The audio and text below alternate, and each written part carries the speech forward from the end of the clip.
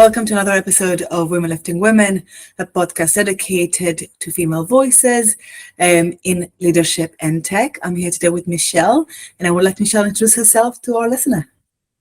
Thanks so much. Thanks for having me. So my name is Michelle Hulst, and I am president of GumGum.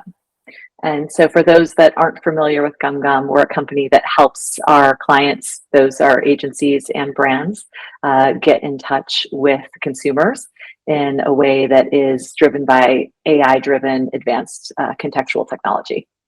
I can definitely say that the first time I saw a demonstration of GumGum, I was really impressed.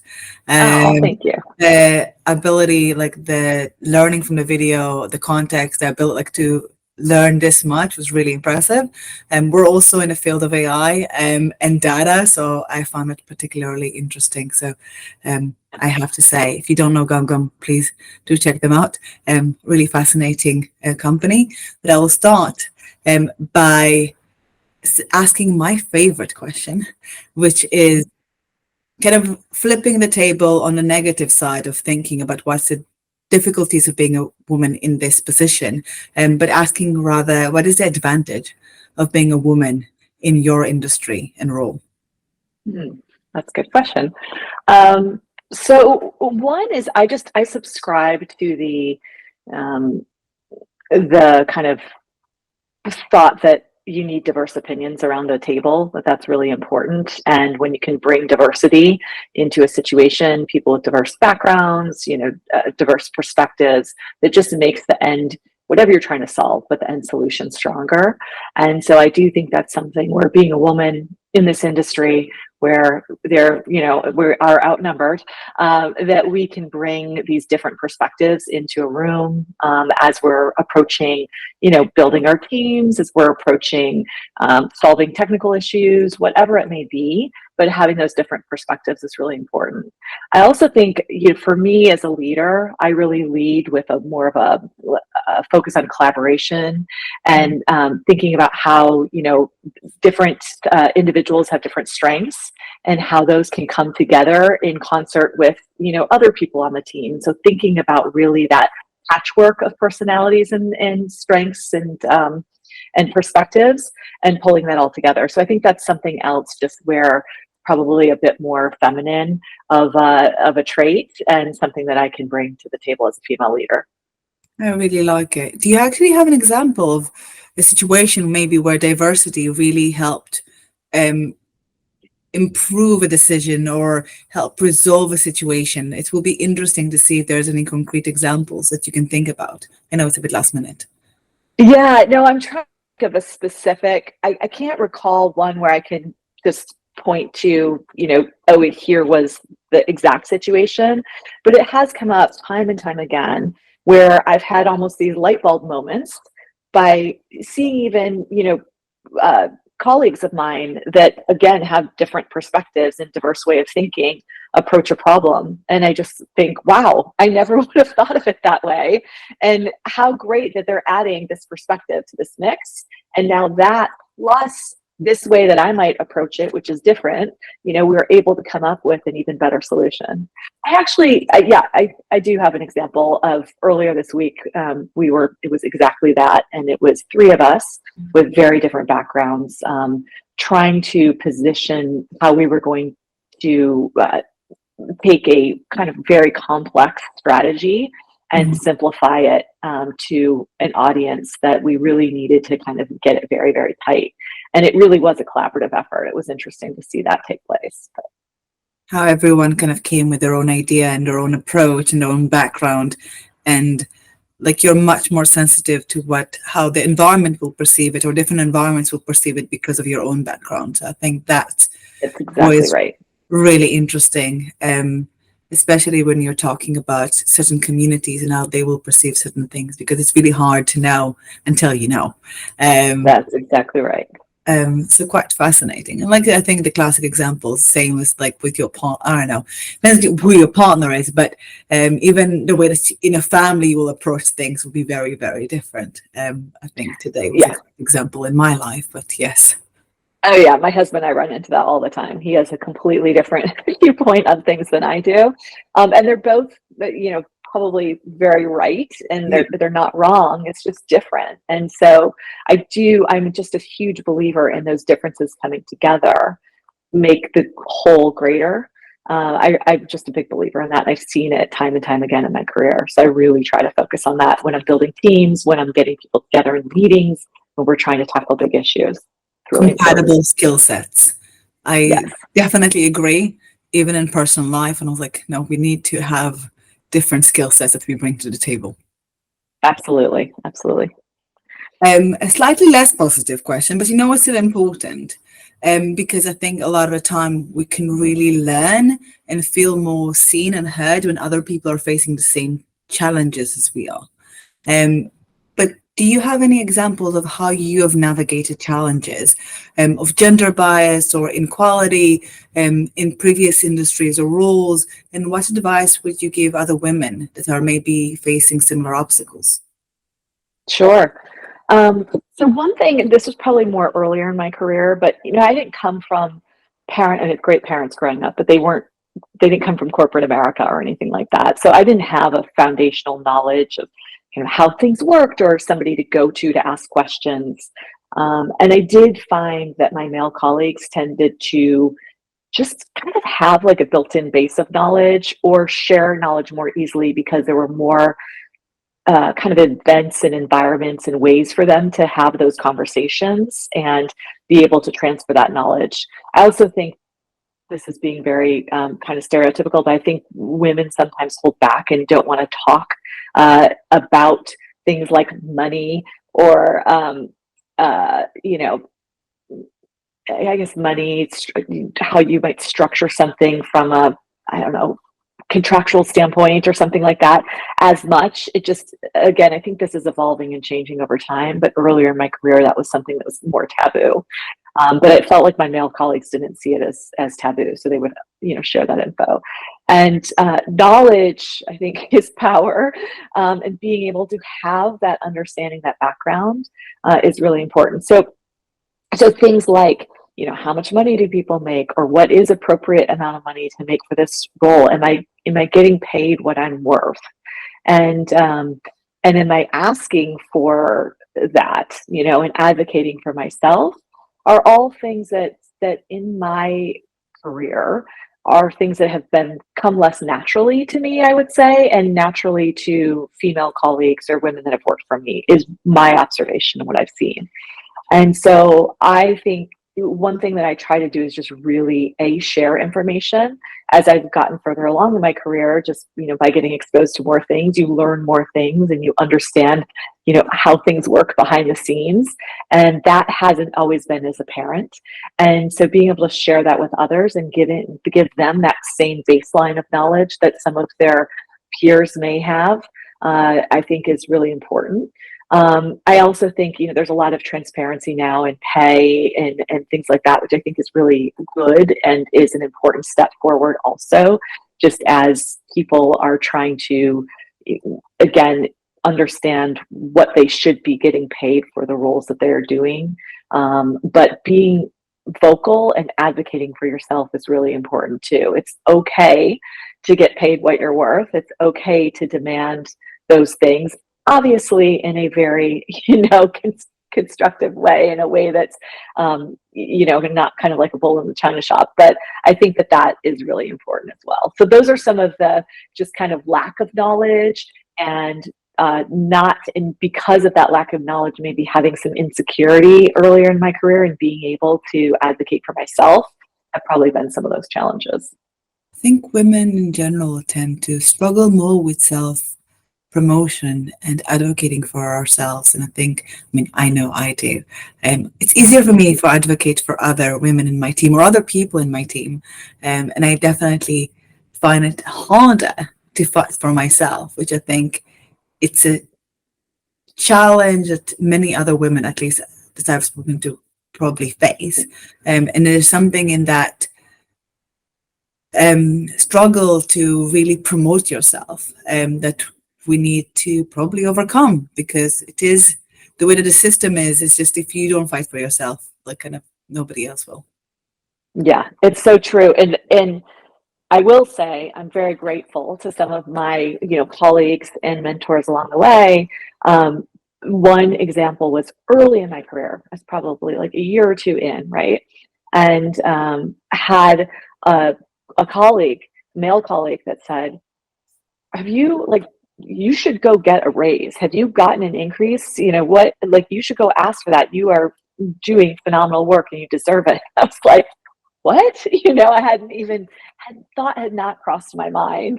Probably tells you how naive I was early in my career. But not only did he just identify it and kind of give permission, but then also helped me walk me through, hey, this is how you take a data driven approach to this, right? And so really just kind of helped teach me in ways that I hadn't known or thought about before. And so that was like a really, really early lesson, but that helped me early in my career where I could then, help advocate for others and help share that knowledge with them as well, even before I gained other insight, later in career. So That's a great example of having the right allies in your corners and male leadership, but like and having that support. Um, yeah, it's a really important role, which I don't think we necessarily talk about enough. I also had mostly male mentors, and I mostly reported into male bosses, which have been instrumental in building my career. And I think that's sometimes does brought out maybe certain traits in me that are a bit more yeah. masculine.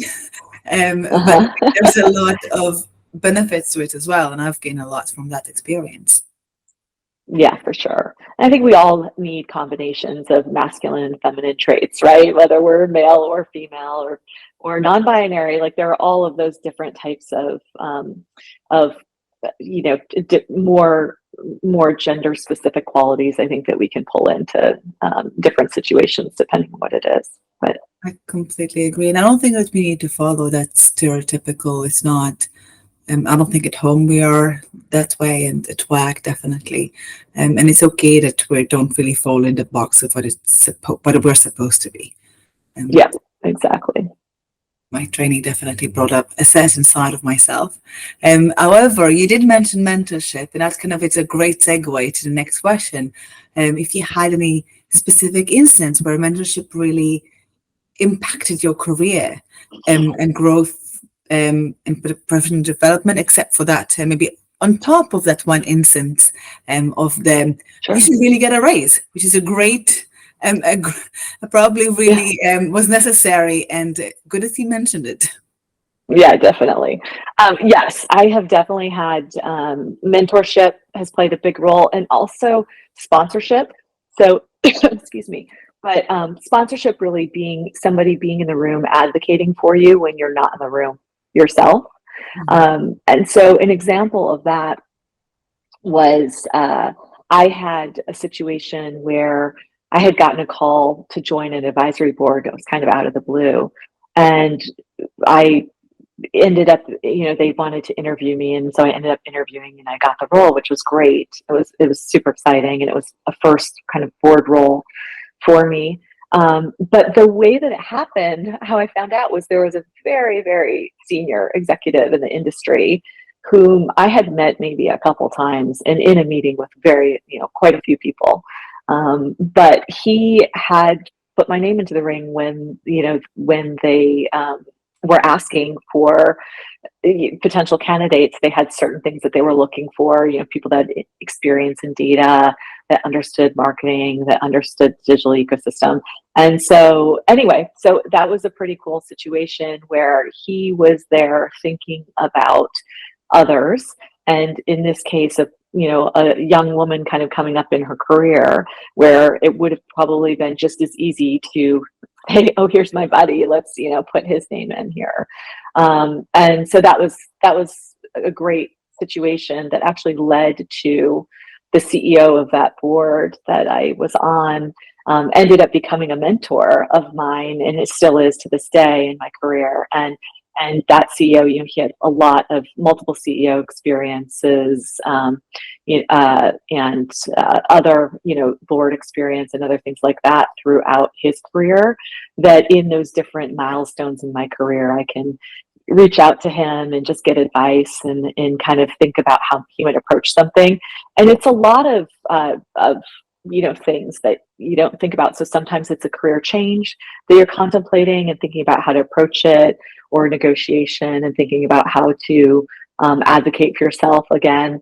And it's interesting because that is something where some of those perspectives that come out are just very black and white. Like, of course you would ask for that. Why would you not? And where I might be like, oh, I hadn't really thought about that, but that's been really helpful to have that sounding board. And I try to make sure that I'm making space for others as well. I think so important. I am just a huge advocate of sponsorship for all of us that are in leadership positions. It is so important to be thinking about others that can't advocate for themselves.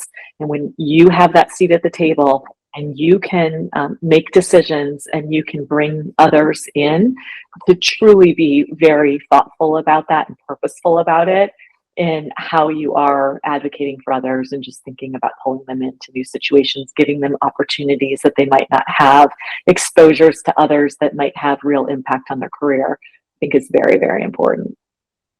It's a wonderful thing to keep in mind. That's true leadership, really, is how do you lift other people with you, right?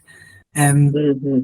And we did touch upon the next question, or like kind of like you touched upon it already, because you mentioned a few men that have played a fundamental role in your career.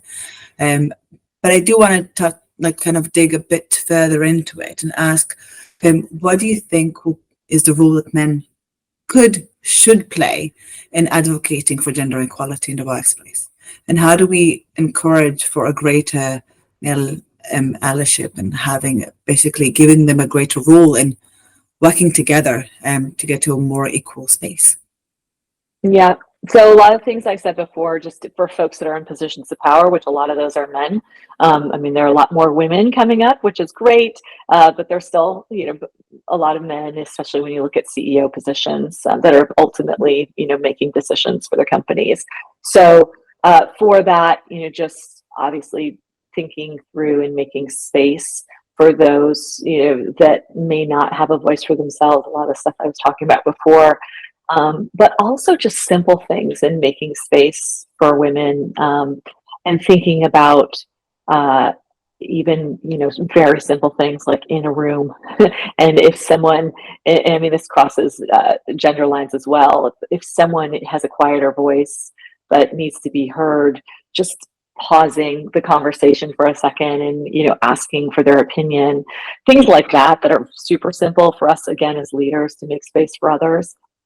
There was also something, again, earlier in my career. I was a young mom and had just had my first kid.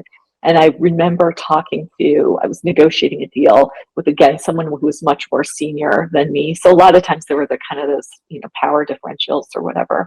And I was talking to him and he said, "Oh, hold on just a second." It was in the, in the evening, I think, that we were talking, and he said, because we were on different time zones, and he said something like, "Hold on a second. I'm bathing my kid, and so I want to make sure that I'm, spending time with them. You might hear like water splashing in the background or something like that." And just like that little bit of even acknowledging that you had a kid that you were going to prioritize and spend time with, which sounds silly, I know. This was a very long time ago, but at that point in time when, I was young, had just had my first kid, and was kind of like, oh, I can bring my personal life, and acknowledge that I have a family, I have other priorities, and I have things that I need to attend to also, was just a point that it resonated with me. And it was such a simple little act, and I'm sure he had no idea kind of that he made any sort of impact, but it did. And that reminded me to, as I have people on my teams, and they have to, I need to go pick my kid up at school or something, and being able to vocalize that and giving them space to do that, and knowing that they're coming back and they are, still going to put in the work that needs to happen, but not have to, pretend that that isn't a part of their life. And again, I think that's gotten very different and a lot more evolved and better as we've evolved as a workplace and everything. But it was something that at the time, really, it was kind of like, go to work, don't really talk about having a family, just show up and get the work done, and then tuck that away. And so it was nice to have that space to be able to acknowledge that. I think that you're right. You're absolutely correct. It has gotten a lot better, but even now, I think there is still space for that acknowledgement and prioritization, and showing that, you know what, you can prioritize yourself first. I can say, even from my team, when I said, you know what, I have to go out, run some errands, I'll be back, or I have to do some things, I'll be back in a couple of hours. I'm here. Just the fact that I allowed myself to do it gave them the space. You know what? If we have to do something, we can, and we'll be back and we'll take care of the work. So I think, we still show up, like we show that we have a life, things happen, it's okay. Yes. And I trust you to come back from the dentist and take care of what you need to do. And you can go to the dentist and come back because we're adults. Was even important for them, even now, because it still gives them permission to do the same. That's exactly right. And that's the point, is creating that space and being purposeful, just like you said you were doing, about, purposeful about vocalizing what you're doing. It's the same thing with, taking vacation, is going on vacation and saying, I am not going to be, checking in. If you need to reach me, if it's an emergency, here's the situation. But a lot of that is because I'm trying to set a tone for my team that it's okay for you to go on vacation and take some time to recharge. Obviously, have backup plans, make sure that your stuff is taken care of while you're gone, and all that kind of thing. But I think creating that space is really important, and just being able to set those examples for people. So I completely agree. I need to do better in taking vacations, more vacation this year. Don't we all? Yeah. The team, I think, feel very comfortable taking vacation, which I'm very grateful for. At least I manage that, but I need to do a bit better as example. They tell me that as well, that I need to set up a better example. So I take it as a goal for this year. Hopefully I'll get there. Excellent. You might have already covered, but I'll ask again. If you had to take one key learning of being a good leader, what would that be? I think it's really important to lead with empathy and strong emotional intelligence. So that's something that, I think has come more to the forefront in the past few years, but I think is going to be continuing to be more and more important. As you look at leaders that are really successful, especially as kind of the workplace evolves, we have new generations entering the workforce that have a different perspective on work and kind of what that means, that having that strong EQ is really important leadership quality for folks that have, more so than I think functional expertise, which is typically, when you look especially at CEOs, for example, has been the, kind of the primary focus in the past. And I think companies are starting to recognize this, and you're seeing leaders come up that really understand how to kind of create a sense of trust among team members, collaboration, sense of belonging within the team, and really being able to, lean into kind of that empathetic quality and empower their team members to be able to kind of take on responsibility and rise to the challenge. I think is really, really important. That's a wonderful way to end, because it's our last question. I really appreciate your time. It's been such a pleasure. Any last thoughts? How did you feel? No, just thanks so much for making the space for this conversation. I think it's really important. Again, I believe that our workplace is evolving, and it's exciting to see the evolution that's occurring and kind of what it's going to evolve into as we move forward. And I think that female leadership is going to be a really important part of that. Amen to that. So thank you again. Another episode of Women Lifting Women. For the full episode and for many more, please go to www.womenliftingwomen.io. And I'm looking forward to seeing you all in the next episode.